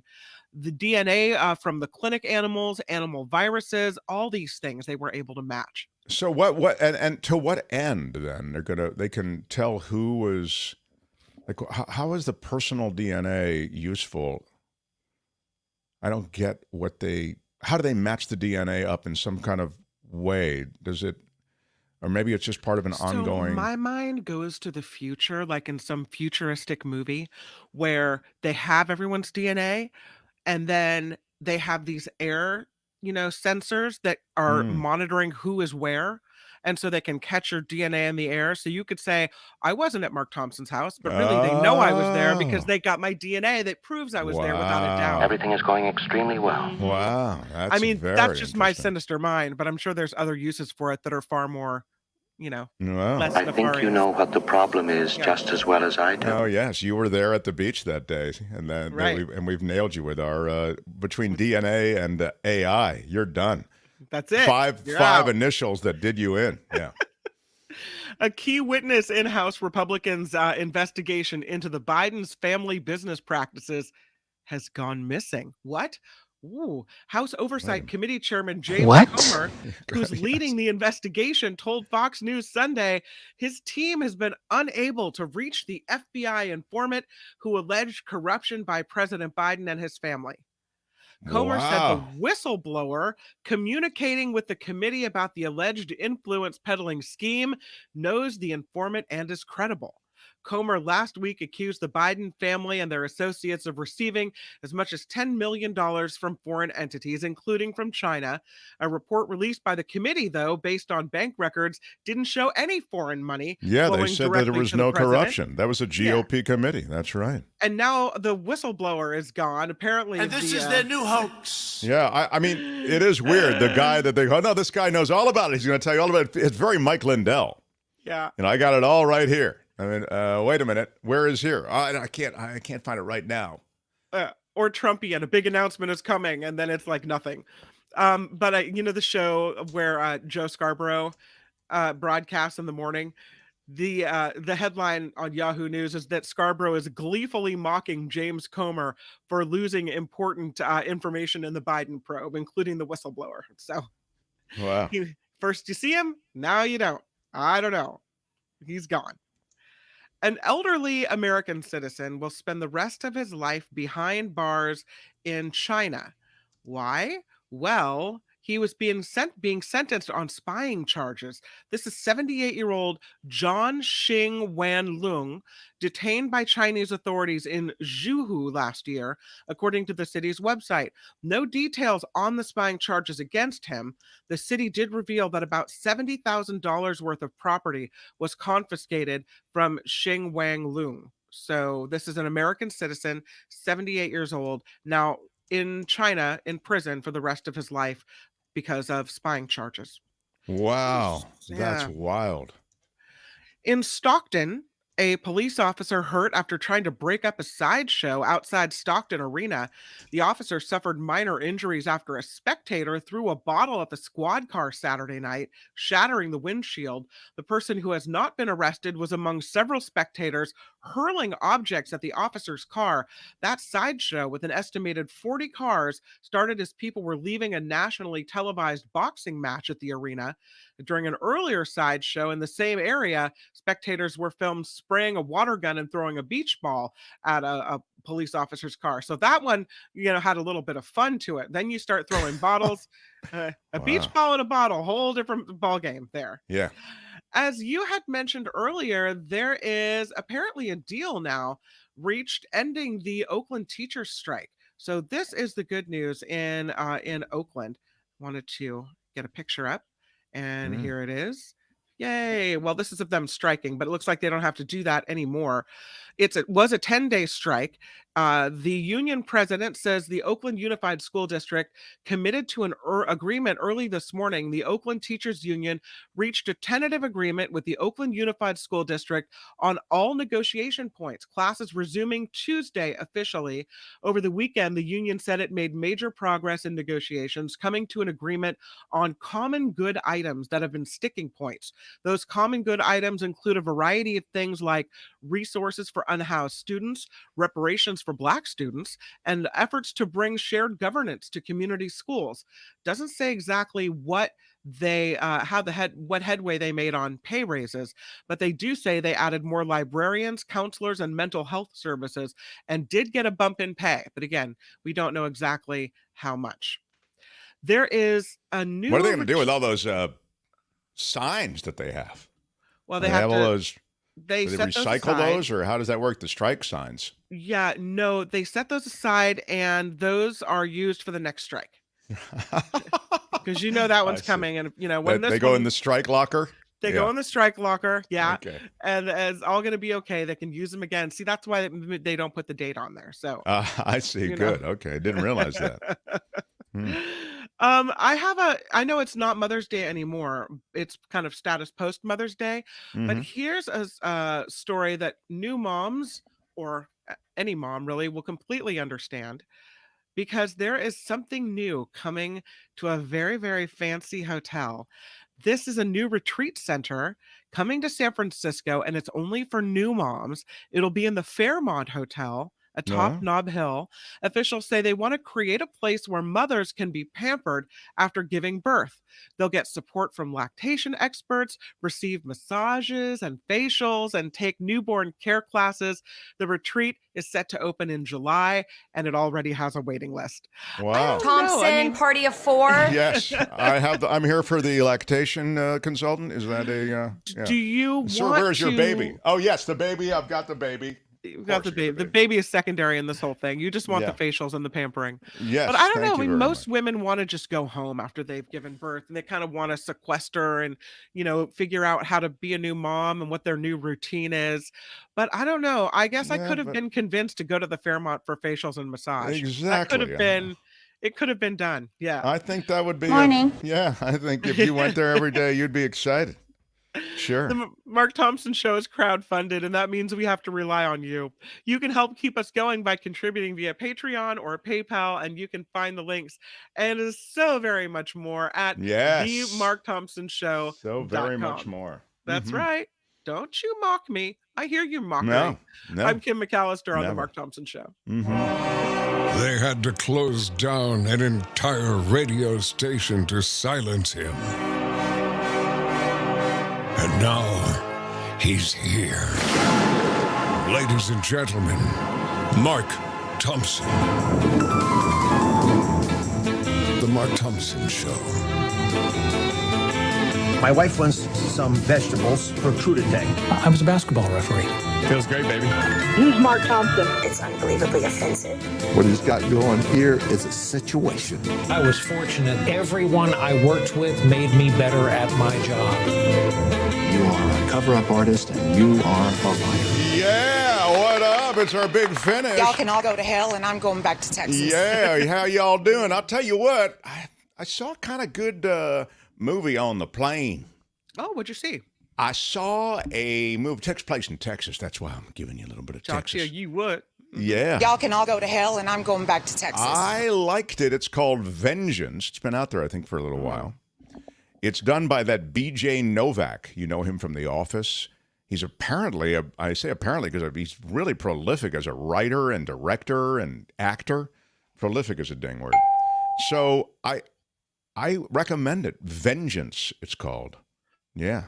But it takes place in Texas, man. So that's why I mentioned it. I saw a bunch of kids' movies over the weekend. Crater and Peter Pan and Wendy. I know. Yeah. You're thinking I'm not watching those. Crater was actually pretty good.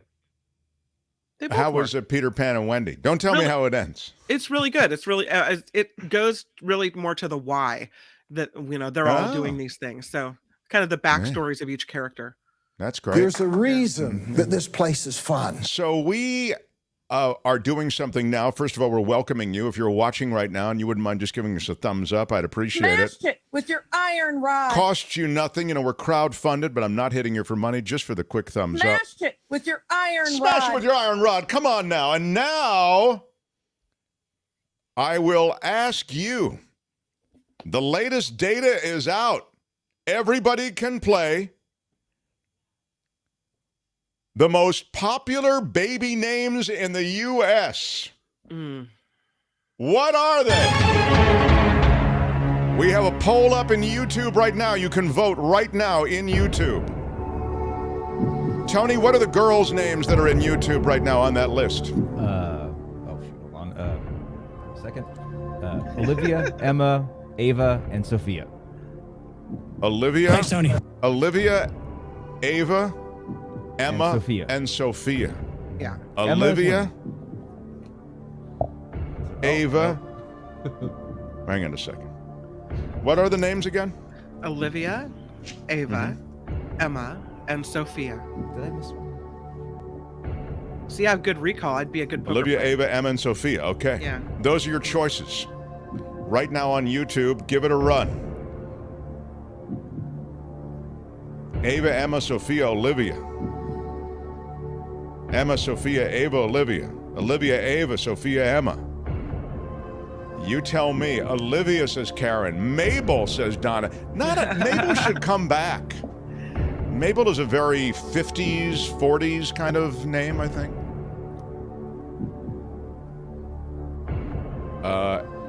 Eric, people are really straying from the choices. It's one of those choices, everybody. Okay, it's not like, what would you like the most popular name to be? Erica, says Eric. Of course. Olivia is a comeback, says SF Tesla. That's probably true. Olivia is an old, now new again. And if you get them in order, you get... According to the poll. The answer is... Should I give the answer before we do the boys? Is that how we do this, Tony? Wait, do the poll results first, then you can give the answer. You ready for poll results? Thanks, Tony. Yeah. Okay, yeah. Give us the poll results. Here are the poll results from Tony. And poll. And this is a turbo poll. 32% Emma, 31% Olivia. That's close. Ava 22%, Sophia 13%. It is pretty close. Those are all really popular names. Olivia, Emma, Amelia also was in there as a popular one. Ava and Sophia, all popular names. The answer is the most popular baby name, reigning supreme last year also. Olivia. Yeah. Yeah, Olivia is number one. But now, on to the boys. This is a turbo poll on YouTube right now. The most popular boys' baby name. What are the choices, please? Tony. 1 second. Oh, shoot. Okay. Most popular boys' names. We got Liam, Noah, Oliver, and Elijah. Liam, Noah, Oliver, and Elijah.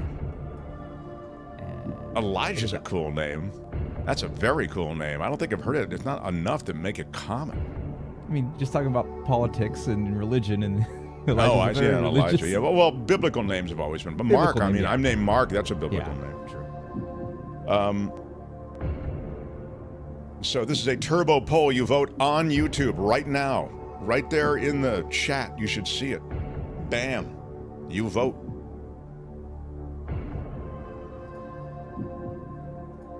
Anthony's a biblical name, isn't it? I believe so. Yeah. I'll tell you a name that I've heard a lot. It's not in our poll, but it is on the list. Is Mateo. I hear that a lot. A lot of people name their kid Mateo. It's not often you hear an original baby name, and I had a friend who named their baby Luli, L-U-L-I. Oh, that's I thought that very was cute cool and also name. original. Luli, yeah. Liam is the short form of William, says Donna. Oh, this is interesting. Noah, says Karen. Interesting. Saint Tony, somebody says. Mm-hmm. Yeah, I do believe there's a Saint Anthony. There, you're right. True, there is. Yeah. So again, Tony, our turbo poll wrapping up. Right. The most popular boys' names. Please run through the results, if you would. Liam, 46%. Noah, 32%. Oliver, 18%. Elijah, 3%. So they really think it's Liam. And the answer is Liam. That's right. Very good, everybody. Olivia and Liam are still the most popular baby names, topping the list after also topping the list last year. Wow, they're dominant. Very, very good. I think Olivia is a beautiful name, and so is Liam. Yeah, they're both nice names. Very strong names. But if you knew that they were the most popular for the last couple of years and all the Olivias and Liams out there, would you name your child that right now?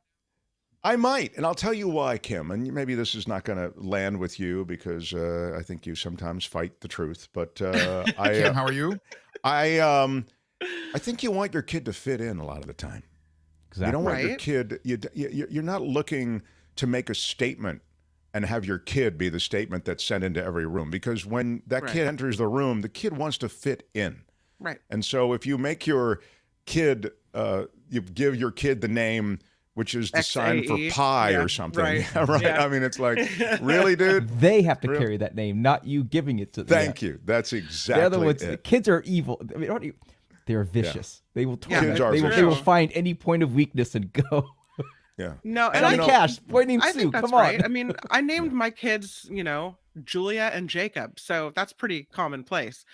But I read a story a few years ago that said that kids that carry names that are really, original or odd in some sense tend to have more mental health issues, which I thought was interesting. Well, there you go. I mean, so that backs my basic supposition, which is you got to try to give your kid a name where everybody's going, what kind of name is that? Or what, or they'll make fun of the name, they'll change the name, make fun of it. Yeah. But anyway, I tell that to where does this tell that to all the parents of Braxton and Kinsley. What? Yeah. There you go. I did see also a kind of an angry text. Should I deal with that quickly before we wrap up? Let me. I know that. The Mark Thompson Show. That was loud. We do it one more time, not as loud, please. The Mark Thompson Show. Thank you. I was talking about religion and we were talking about religion and politics, and we were talking about the broad nature of religion. I mean, that is to say, religion can inform as much of your life or as much of the politics as you want. Yeah. But keeping religion out of the classroom, out of the legislature, and out of, doctrine related to public policy, I thought was sort of one of the founding aspects of this country, right? But Mackay, and I'd mentioned, I guess, not having religion shoved down your throat is maybe the way I put it. And Mackay said, shove down your throat, much like the liberals do with all this cancellation garbage. Plus, what the conservatives do with this phony woke culture. So Mackay is sort of an equal opportunity offender there. The cancellation garbage, you need more specifics on some level. Some things should be canceled if they're so offensive, right? But other things, it's extraordinary. I agree. It's excessive. And it's certainly not, benefiting society. All of these cancellations and, having to walk on eggshells when you have to talk about anything. I think even in the workplace, it's changed and become ridiculous. But the workplace did need to be reformed. There's a lot of bad S going down in the workplace. But then when you talk about, woke culture, I mean, I think I see your point and I agree with your point on some level sometimes. But I also think there are aspects of woke culture that are woke and awakened to a lot of realities that deserve some time and deserve action. So I'm with you. But just as I think that, as I think religiosity, and if you are a part of an organized religion and you believe deeply, I see no issue with that. I really don't. I think it can enrich your life in many ways and enrich the lives of your family and all the rest. Similarly, if you don't subscribe to any kind of organized religion and you really view religion as something that is concocted by people and doesn't really lead you toward any kind of life that you care about, it's not connected to a divinity, but you're spiritual in other ways, or you're not spiritual. Maybe you're an atheist, whatever it might be. I think that has to be respected too. That was the idea anyway, between the separation of church and state. I think the deep religiosity and the parade of religiousness that has all of a sudden become very much in vogue, I think it's scary. I think it's scary because everybody's flavor is different, and you don't want to have to necessarily abide by the flavor of another person. So I applaud secularism when it comes to public policy, and I applaud religion if that's the thing that you want to do in your private life. There's nothing wrong with it. So what's a guilty pleasure you have? Yeah, there you go. You don't even feel guilty about it. The millennials, finally, as we finish up, are starting to reach that age where what's happening? Aches and pains. Oh. Yeah. They're not just young millennials anymore. They're older millennials. The early 40s, especially 42, they circled the age, is when the average American starts noticing physical signs of aging. Achy joints, gray hair. The slide into the 40s confirms a sense for a lot of people that they've had for a while that they're growing older. Others kind of stay in denial about the approaching middle age until you get certain jolts of reality because, you get a health scare or, sometimes comments from younger colleagues. I remember playing poker. I was playing poker at the Bellagio Hotel. I used to play there all the time, their poker game. And I'm playing with a bunch of people, all of whom are younger than I am, I realize. But I kind of saw myself, because we're all laughing and talking and, as one of the guys. And at some point, it was my turn, or it was on me, as they say in poker. And one of them said to me, "Sir, it's your turn." Oh. And when he said, "Sir," I thought, oh no, I am so much older than these other dudes, and I am like the old guy at the club, Sir. The past 3 years, they say, of people of all ages feeling older, stress, loneliness, disease accelerate the aging process, of course. There's plenty of that during the pandemic. But what's happening now is millennials are starting to really feel the pinch. And researchers are working with this group at Stanford. And they're looking at various studies of people between ages 18 and 60. And when people feel older, okay, this is about how you feel. And it can vary widely, You can feel older on your 30th birthday. You can not feel older until your 60th birthday or even later. And then they get into a little bit out of the Stanford study, what you can do to stave off aging, like, getting more sleep and all this kind of thing. But Americans stop feeling young in their early 40s. They start feeling old at 46. What age do Americans start feeling old? 60. Real quick as we finish the show. 60, you say? Yeah. What age? Yesterday, on Mother's Day, I was with extended family. Yeah. And my niece, who's a champion rower, so she's really in shape, and she's 17. Wow. 16. She was talking about this, like the ultimate squat, where you stand on one leg and you grab your foot behind you from the other leg. And then you lower yourself on one leg and touch your knee that, you're holding your foot behind you. So your knee's kind of just hanging down. You touch your knee to the ground. Wow. She actually did it twice. I thought there's not even a way I'm going to try that. I can't even get my foot behind my leg. Are you kidding me? How old is she? 16. 16, you can do anything. Yeah. The answers have been coming up in the chat, and it's 50s 42, says Kim Morton. Wow. 55 says Nick. 55 says Sandra. So while Americans stop feeling young in their early 40s, they start feeling old on average, according to this survey, at age 52. Yeah. 52 is when you start feeling old? That's on average, yeah. A lot of people say it depends on whether you have kids, too. There are people in the study who are saying, when my child was born and then another child was born, I felt the children made me feel young. Yeah. And then what happens is you start to not be able to bend down, pick the kids up. Can't run quite as fast and chase that little varmint. Yeah. So all of that. Tony, thank you for your hustle today. Yeah. Thank you for helping out in all the ways that you do. I'd like you, if you would please, and you'll have to be on camera for this.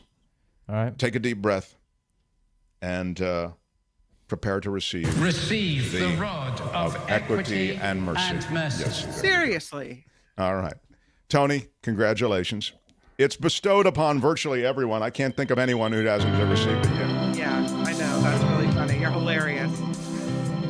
Oh, so many deserving of the rod of equity and mercy. I am excited about tomorrow. Tomorrow, David K. Johnston joins, and we will talk about... Kim, how are you? We'll talk about the debt limit and how there really is a bizarre game being played. And it's being played by a new kind of politician in America that sees less of the country and of politics and of policy and more about themselves, their brand, getting on television, digging in, owning the libs. It's a scary thing. And so we'll get to all of that tomorrow. Kim, how are you? Smash the like button like a boss. Smashed it on the with your way iron out. rod. And join Nikki's show, Florida Immigration, Diversity, and more. I'm Shadow Stevens for the Mark Johnson Show. Bye-bye. Shadow joins this week, too, in the Out of time. flesh. Bye-bye. Yeah, live visit from Shadow Stevens. Also Spencer probably tomorrow. Till then, bye-bye.